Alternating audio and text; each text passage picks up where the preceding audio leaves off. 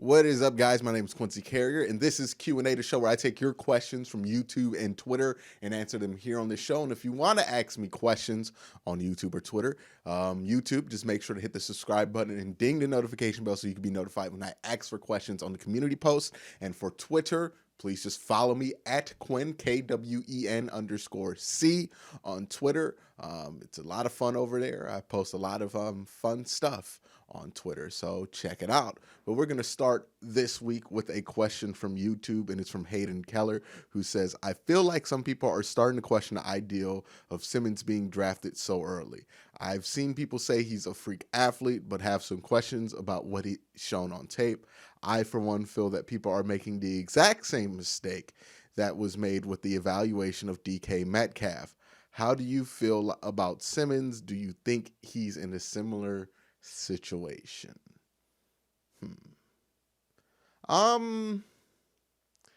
I would say it's a completely different monster when it comes to playing that inside linebacker position compared to being a wide receiver.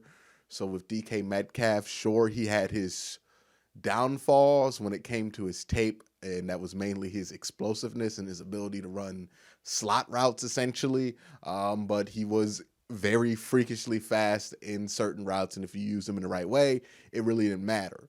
That's a different beast than with Isaiah Simmons, because inside linebacker, you're going to have to be more athletic these days, but it is really about the mental part of the game and how good he can be on that. And if his tape is inconsistent in that area, then it becomes questionable. And also, he's an inside linebacker, and I don't know if this is a new opinion. I've seen it go around, but my opinion on inside linebackers, and it wouldn't be hard to surmise given how I thought about Joe Schobert during the entire free agency process, is that inside linebackers generally aren't worth top 10 picks unless they're going to be Darius Leonard, unless they're going to be, Ray Lewis or Luke Kuechly. And very rarely do you get somebody in the top 10 that fits the bill of those kind of players. I think maybe Ryan Shazier would be the last one. I'm probably forgetting a big name, but, it's just not so often that the big hyped up linebacker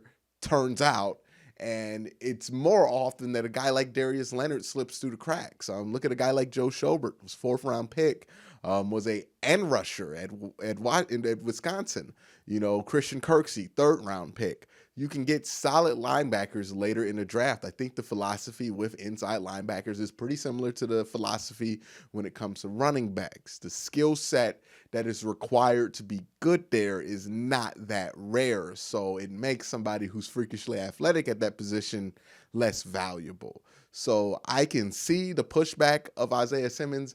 And I think, if you're going to go for Isaiah Simmons at 10, you have to be convinced that he's Ray Lewis or, Luke Kuechly at the very least. And if he's not, then you've wasted a 10th pick, in my opinion, because I don't think his value above replacement is going to be that much greater than somebody you could get in the 3rd round or somebody like Mack Wilson. So, it's a good question. I would tend to go the other way. I'm not a big fan of Isaiah Simmons just because, I'm not a big believer in drafting inside linebackers that early. I just haven't seen a pick in that spot change a ton immediately or within the first 2 years of a defense, unless that guy is somebody like a Ray Lewis or Luke Kuechly. I mean, even look at Pittsburgh. They turned the corner when they got a safety in Minkah Fitzpatrick, not when they drafted Devin Bush. So, while I get why people love linebackers, I'm a big fan of the position. I just don't think it's a value position at the 10th pick. I don't think it's worthwhile. But thanks for the question. Next question comes from Giants Nation, who says, what's up, Quincy? Hope you're staying clean and safe out there. My question is, what do you like better, First Take or Undisputed? I really don't watch either. I really don't. My favorite shows on ESPN, and mainly ESPN. I don't watch a ton of FS1 because I just don't think a lot of the personalities there are appealing. I'm not a big Skip guy. I'm not a big Shannon guy. And then Jason Whitlock and everybody else, Colin Coward on the network. I'm just absolutely not a fan of any of the personalities on FS1, minus maybe a Joe Clapp, but he's more of a Fox personality. But on ESPN, I would say, the shows I would watch is High Noon, Bomani, and Pablo. Jalen Jacoby sometimes. I haven't watched him in a while. PTI from time to time. Around the Horn, I kind of grew up on. I watched him from time to time. The only show I really keep up with on a day-to-day basis on ESPN is High Noon, because I do feel like they have thorough discussions, on there that are worthy of the topics that they're talking about, and that they're not just having these base level, arguments every day. I think it's a breath of fresh air. Unfortunately, that show's being canceled, so I don't know if I'm going to be watching any ESPN anytime soon.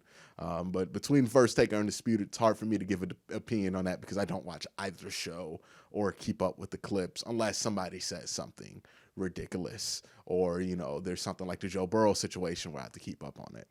But thank you for asking. The next question is from Terry Layer, who says, hey, Quincy, got to ask you, with us getting a good tackle in free agency, what are the chances that we take a different position at the number 10 pick? And if so, what are your thoughts? I'm all for taking a different position with the number 10 pick. Jack Conklin gives you that flexibility. If you want to move him to left tackle, you can move him to left tackle. He played left tackle all 4 years at Michigan State. He's only a right tackle because Taylor Lewan was on the other side of him in Tennessee. He is more than capable of playing left tackle in NFL. So if you want to pay him $20 million and tell him to move to left tackle, you can do that. So you're not locked into drafting a tackle there. And if there is this run on tackles, like, it looks like it's going to be especially with Arizona now having Hopkins, not having to draft a wide receiver, then, you can start to think about other players that are going to be there. Maybe a Derek Brown slides to you at 10. That would be an excellent choice for the Cleveland Browns, and I think would do more for them than getting their 4th or 5th best offensive tackle. It also opens up lanes for you to trade back, because you're not so desperate for a tackle that you're just going to take any of them available. If there's 3 tackles taken before you, I don't know if the Browns are going to want to take their 4th-ranked tackle over their best-ranked player on the board, and they shouldn't. They just absolutely shouldn't. So, if it comes to that, and it looks like it is, I would be very open to Browns drafting a different position or even trading back to see if they can get somebody at a little bit of a better value that can play right tackle instead of, getting one of these top 10 left tackles that they're looking at. So very good question.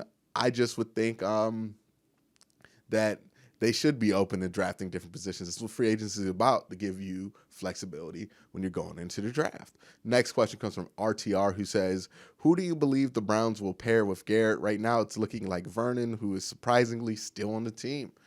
I don't think it's going to be Vernon. I think eventually they're going to have to cut Vernon. Just $15 million for his level of production. And, Daryl Ryder makes this argument on 92.3 The Fan Cleveland, that, you don't want to create more holes. And I get where he's coming from on that. I just would say that Olivier Vernon is himself a hole. He's not better than a replacement player. He's actually worse than a replacement player. He was worse than Emmanuel Ogbah last year in the same amount of games in Kansas City. So having him there when he's not better than a replacement player, when he's already creating a hole that is not filled at $15 million, makes absolutely no sense to me. Maybe they're trying to find somebody who gets desperate enough to trade for him during the draft. I can see that, but I just don't see him entering into camp on this roster. That being said, who do they bring in? Maybe a Everson Griffin, if he's healthy and ready mentally to play.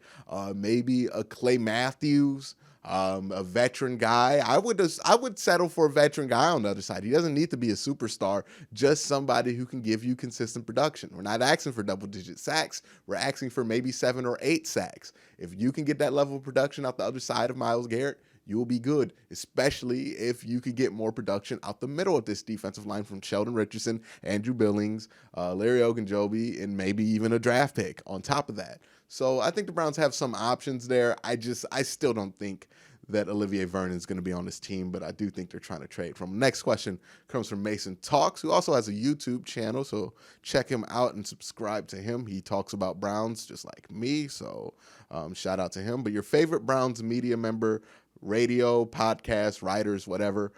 I think I mentioned some of them earlier on, but I do generally like 92.3 The Fan. I think for the most part, they are kind of the better option when it comes to sports radio in the city of Cleveland, and they have been for, I would say, ever since ESPN 850 decided to do the land on demand. I would say 92.3 has taken that crown. Um, and I think that they are across the board a lot better. They just have a lot more local shows, a lot more local personalities. Not to say that I'm behind everything that they do over there, but, I think they are much better. Some podcasters that I listen to That's What B Said. That's Brittany Mollis and Breezy Cleveland over there on Twitter. Actually, stay tuned if you're a fan of that podcast, because there might be a surprise popping up on this channel about those two.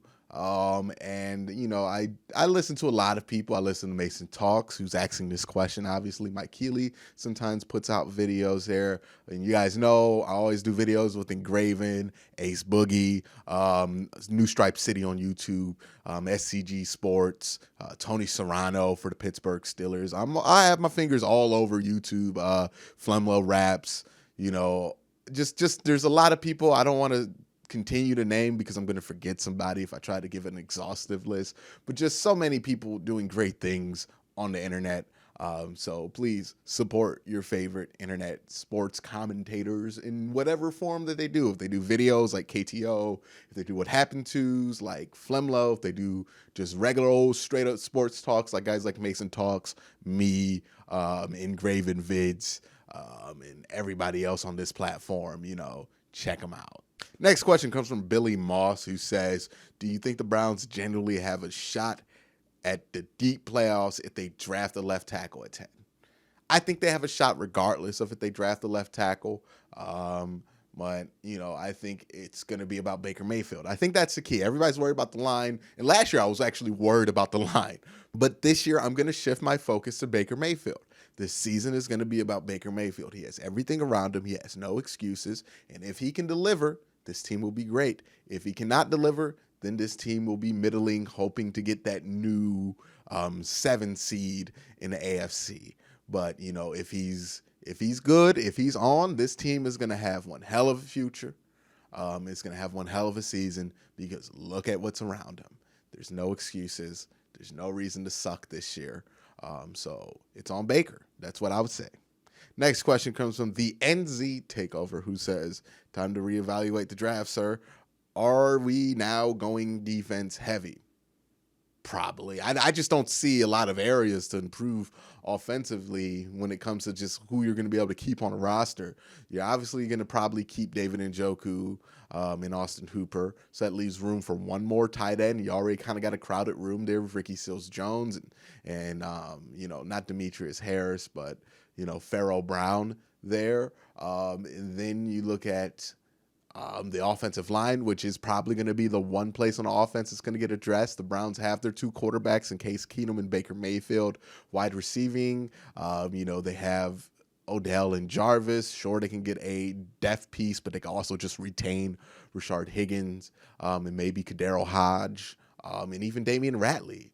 They don't really have to add to anything on the offense. So by default, they're going to have to do defense. And they are going to need some DBs. They are going to need some linebackers, and they are going to need some linemen. So yeah, I think by default, they got to draft some defensive players. Next question comes from Jake Hamilton. That's okay. You put the emoji in their name. It threw me off.